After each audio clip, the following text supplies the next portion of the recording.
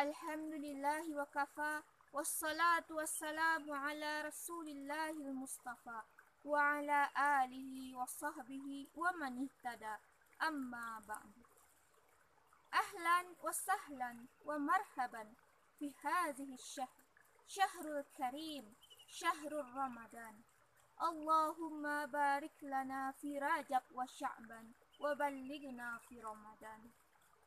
Alhamdulillah hatta al-an nahnu nastati' lina'mala 'ala as-siyam wal a'malul khairat fi hadhihi asy-syahri, syahrul ramadan.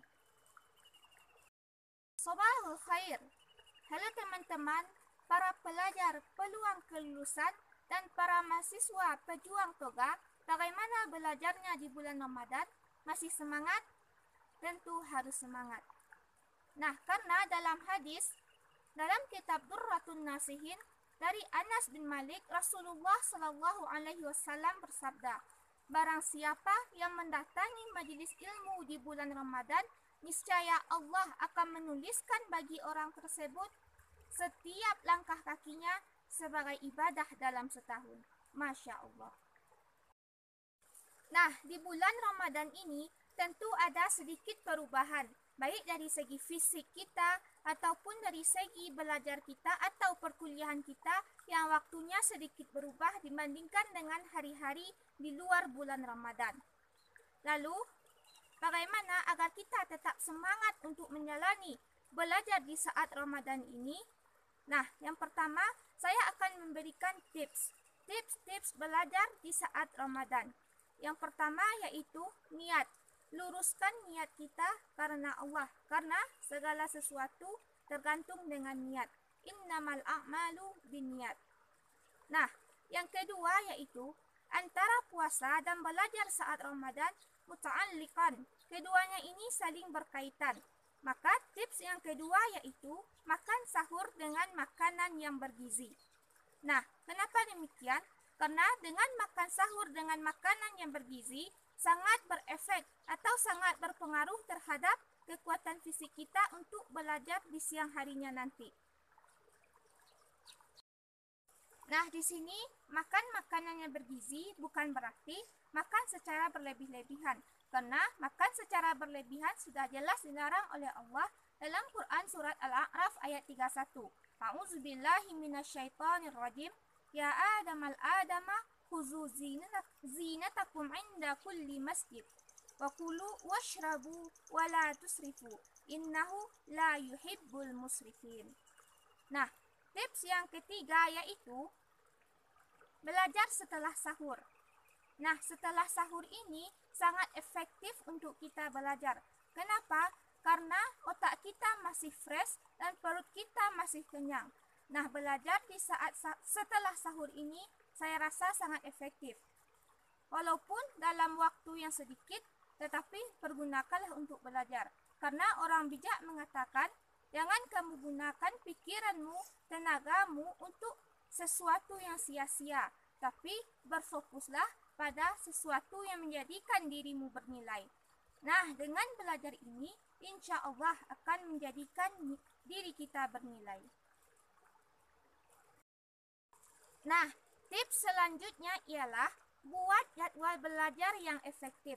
Maksudnya di sini ialah teman-teman akan mengetahui atau dapat mengukur diri teman masing-masing di jam berapa sampai jam berapa kita yang rasanya tidak mengantuk atau tidak lemas dalam belajar. Nah, pada jam-jam itulah kita buat jadwal kita untuk belajar. Misalnya pada siang hari setelah zuhur 1 sampai 2 jam kita dapat belajar. Begitupun di malam hari setelah salat tarawih 1 sampai 2 jam kita juga dapat mengulang pembelajaran. Tergantung kepada diri kita masing-masing di jam berapa rasanya kita tidak mengantuk untuk belajar. Nah, bagaimana dengan kita yang masih sekolah baik itu secara offline maupun online? Nah, jikalau kita masih mengantuk di saat jam perkuliahan ataupun jam sekolah, kita dapat pergi ke lingkungan terbuka atau agar kita belajar tidak terlalu monoton. Maka lakukanlah hal-hal yang membuat kita tidak mengantuk, seperti pergi ke lingkungan terbuka ataupun dapat diselingi dengan membaca Al-Quran ataupun mendengarkan salawat dan lain sebagainya. Nah, tips selanjutnya yaitu jangan begadang. Kenapa? Karena jikalau kita begadang, maka akan membuat kita mengantuk di siang harinya. Nah, jikalau kita mengantuk, sudah tentu pembelajaran kita tidak akan fokus ataupun tidak efektif. Lalu timbul pertanyaan, bagaimana dengan tugas-tugas atau segala sesuatu yang diperintahkan oleh guru ataupun dosen, kapan kita lakukan, kapan kita kerjakan? Nah, di sini menurut saya, jikalau tugas-tugas itu berupa resuman, soal-soal, nah ini dapat kita lakukan atau kita buat ketika kita mengantuk.